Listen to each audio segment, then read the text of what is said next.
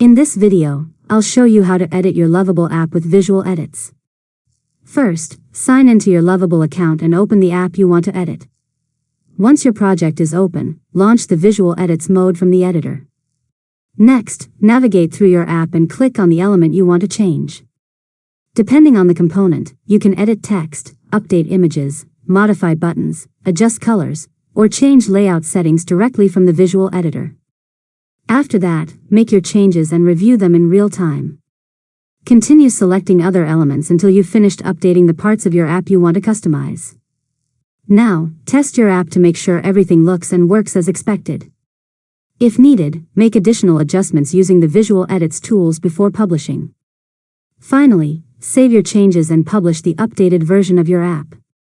Your visual edits will now be reflected in the live version of your project. And that's it. You've successfully learned how to edit your Lovable app with visual edits. If you found this tutorial helpful, make sure to subscribe to Learn Mode Lab for more tutorials.